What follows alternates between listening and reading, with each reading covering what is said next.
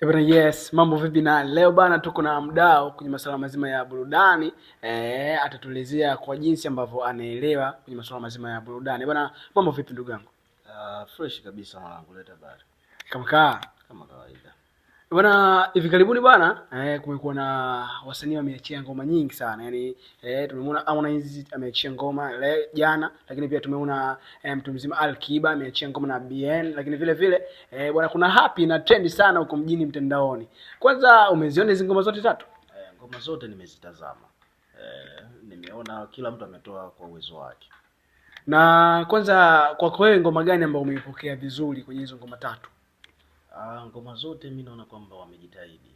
Umeona lakini katika ukizungumzia swala la utofauti, tunaona kwamba Alikiba amejitahidi zaidi kwa sababu ya ngoma yake kidogo imekuwa unique. Umeona? Yaani tukizungumza ule ukweli. Okay. Na nimeona walimwengu bana wamekaa sana kwa Harmonize baada ya kuona kila ngoma anayotoa anamshirikisha mpenzi wake kwenye masuala ya video queen. Hii kwa umechukuliaje kwanza?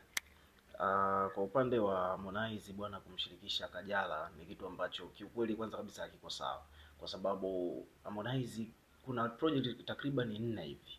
Umeona sio tu kumtungia nyimbo yeye, lakini tu kumshirikisha katika video zake imekuwa ni too much. Na ukizingatia kwenye swala zima la branding ni kwamba Harmonize tumeshamzoea sana na Kajala. Ukipita Snapchat unakuta na video takriban hata 6-7 kwa siku yuko yeye na Kajala. Umeona, ukienda Instagram katika Insta story unakuta tena video nyingine hata 6-3, yani lazima ni utakuta yuko yeye na Kajala.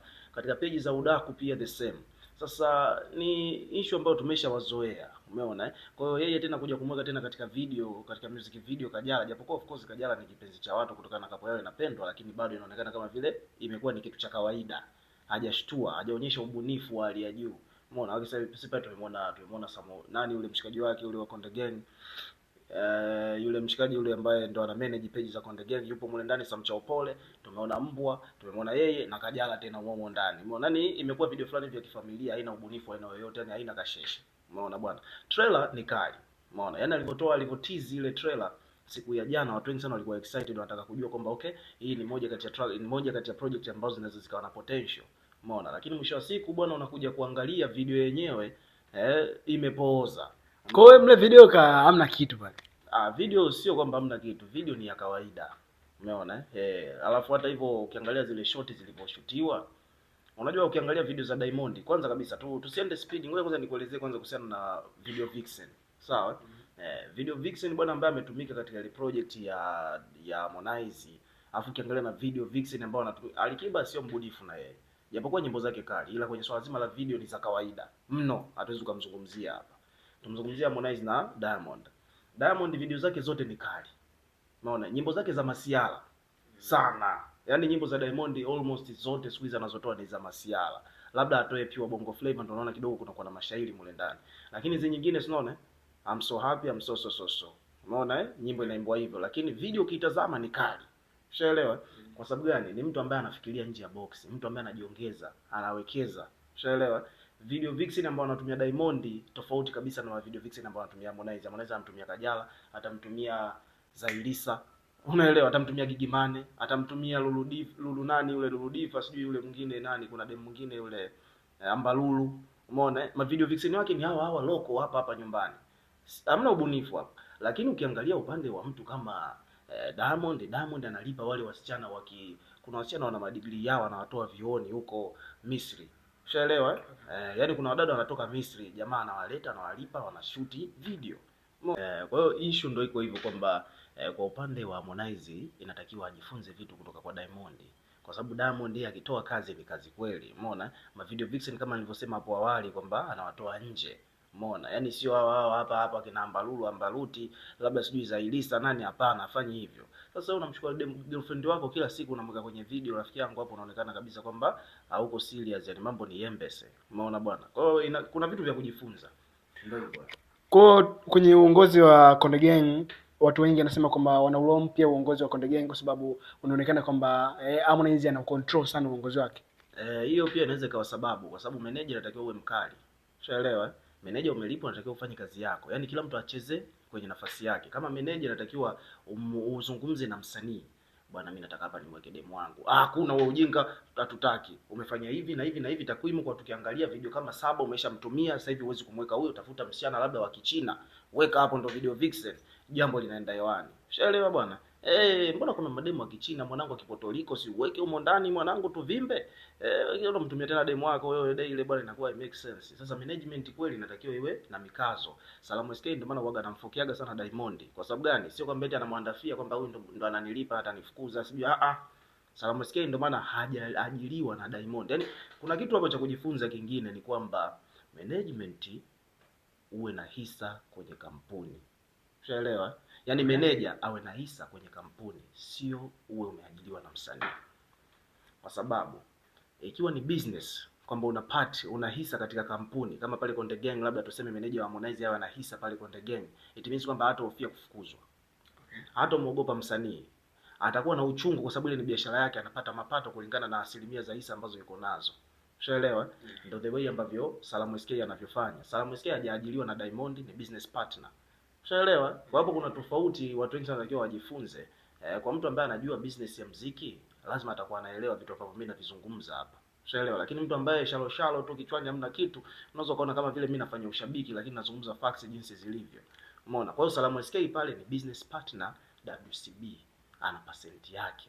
Kwa hiyo basi akiona Diamond anafanya vitu vya kijinga, Salamu anajua kwamba huyu anataka kuniharibia biashara yangu hapa. Atamfokea. Diamond kuna show anatakiwa aende akaperform, anatakiwa apande ndege saa 12. Salamu SK anakuja kumpigia simu, anamfokea, toka tuondoke babu, anataka nioga. Hakuna kuoga, twende. Kwa sababu gani? Ni business, anajua pale mimi na percent yangu, huyu mwana akipanda stage ni tumeshachukua asilimia kadhaa. Kwa hiyo ana focus na pesa. Lakini kama meneja wa management nyingine hizi inaonyesha kwamba wanamsikilizia bosi, mwisho wa mwezi awape kiasi fulani. Kwa hiyo hata kama ukiona msanii anaenda kushoto, unashindwa kumwambia. Umeona? Kwa sababu gani? Unajua kwamba mwana anaweza kanibadilisha. Ndio maana unaona management nyingi sana wanabadilishwa. Leo tunamwona mdada huyu, kesho tunamwona mshikaji, kesho tunamwona mchizi mwingine. Yaani mameneja wa katika kama Konde Gang pale tunaona mameneja karibuni 6, lakini kwa upande wa Diamond mameneja ni wale, miaka nenda miaka rudi. Karibuni sasa hivi miaka 10, si ndio? Kwa hiyo kuna tofauti, kuna vitu vya kujiongeza hao wasanii ili waweze kwenda mbali. Yes, lakini pia kuna issue ya Harmonize kujionyesha mara kwa mara mtandaoni, yani huwezi kupita siku hujakuta kajipost na mpenzi wake na nini. Watu wengi wanasema kwamba hii yani inapoteza mvuto kwa mashabiki zako, kwa kuwa wanakuwa mara kwa mara wanakuona. Kwa wanakuwa kama hawastuki wakikuona mara nyingine. Hii unaichukuliaje? Hili ni swala la uoga. Ushaelewa? Yani kitaalamu, kwa mimi ambaye nimesomea muziki na masters katika music, au vipi bwana, nimesoma India. Umeona bwana? Kitaalamu hii ni uoga tu. Kwa jinsi ambavyo mimi ninavyoiona hii issue ni uoga. Kwa sababu kama msanii hana uoga, hataogopa eti kwamba hatakuwa na ile pressure ya kusema kwamba ngoja nifanye kiki, watu watanisahau, ngoma zangu zitakuwa haziendi. Msanii ambaye anajiamini, anajua kwamba nina legacy, yani nishatengeneza mizizi katika hii industry, anaweza kakaa hata mwezi kimya. Akirudi watu wanamshangilia kama kawaida. Kwa sababu gani? Brand yake iko hivyo. Brand yake inamruhusu, yuko flexible kufanya chochote. Sasa ukiona msanii anaforce kila siku a trend, unajua kwamba ni muoga. Anaogopa asipofanya vibweka, asipofanya vioja, asipoleta vibonzo mtandaoni, watu watamsahau, kazi zitakuwa ziende, atakufa njaa. Ushaelewa? Okay. Kwa hiyo ndo point ambayo inasababisha hao wasanii tunaona kama vile wanahangaika sana, kila siku wanafanya vitu vya ajabu ajabu. Na inasikitisha sana kumuona mpaka Barnaba naye pia anafanyaga vitu kama hivyo, sometimes anavaa sketi na nini. Umeona? Hizo ni issue ambazo zinaonyesha kwamba ni uoga. Umeona? Sasa hii issue ya Harmonize kila siku kujiposti na girlfriend wake, yani brand anashusha brand kiukweli. Okay. Kwa sababu msanii anatakiwa uwe adimu. Ushanielewa? Msanii lazima uwe adimu, kwa sababu kitu kikiwa adimu kinakuwa na thamani kubwa. Ushaelewa? Kwa sababu kama almasi zingekuwa zinaokotwa tu kama changalawe juu ya milima huko, zingekuwa zinauzwa 200 hata, au zingekuwa tunagawana bure tu, tunapigana mawe. Tunachukua tunatumia kama mawe tunarushiana, unaona? Lakini almasi haipatikani kwa urahisi, ndio maana inakuwa na thamani kubwa. Sasa msanii kila siku tunakuona mwenetu, hata ukipita Mlimani City watu pale hawashtuki kuja kupiga picha na wewe, kwa sababu wanajua kwamba tunamuona kila siku Insta story. Ushaelewa? Kwa hiyo hiyo pia ni kitu cha kumanage. Yaani lazima msanii, yani management bado inatakiwa imzuie msanii asijiposti ovyo. Umeona bwana, msanii usionekane public places. Msanii kila siku tunakuona unacheza mpira kule na wakina Mario ndo nini? Kidogo basi bro, nawe uwe busy. Msanii tunakuona kwenye mavlog mwanangu, daily mwanangu, Paula akiingia jikoni akitoka kakuona. umepostiwa YouTube. Inakuwaje? Umeenda kufuturu kila siku, unaenda kufuturu kwa Paula, tunakuona YouTube. I make sense. Kwa kumbe kila akienda kufuturu kwa Paula waga anaonekana YouTube, inapostiwa YouTube. Okay, na pia bwana walimwengu wameenda mbali sana na kusema kwamba kwa sasa hivi unajua Harmonize ni mtu ambaye pia tuseme alikuwa anasema na nafasi kubwa kwenye muziki wa Bongo Flava. Yaani ukitaja wasanii watatu lazima utamtaja ndani bwana.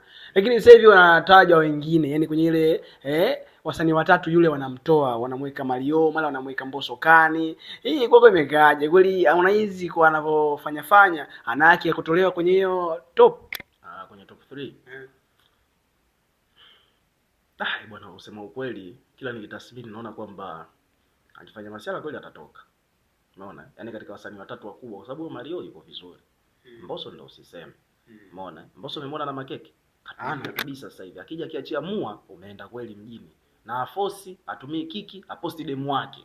Ushanielewa vizuri bwana? Mwana akitoka tu from nowhere mwanangu yule pale. Umeona, sasa huyo ndo msanii ambaye anajiamini. Yaani huyo msanii anajua kabisa kwamba ana mizizi katika industry. Na sijui management ya Mbosso sijui ni nani, wanaonekana wako very smart. Umeona? Sijui management ya Mbosso ni nani, lakini management ya Mbosso inaonekana kwamba wako vizuri. Umeona? Hawana makeke, hawana mbwembwe, japokuwa walianza vibaya kuzingwana na Diamond, lakini at the end of the day sasa hivi tunaona kwamba wanafanya kazi nzuri sana. Umeona? Kwa hiyo ni kwa kifupi ni kwamba kweli hiyo list ya watu watatu hiyo kweli anaweza kaingia Mbosso masiala tu. Umeona? Yaani Mbosso anaweza kaingia hapo kiulaini sana. Hata hivyo lakini nafasi sizipo. Alikiba naye pia anaweza katolewa vile vile. Unamzunguzia mfalme hapo ujue.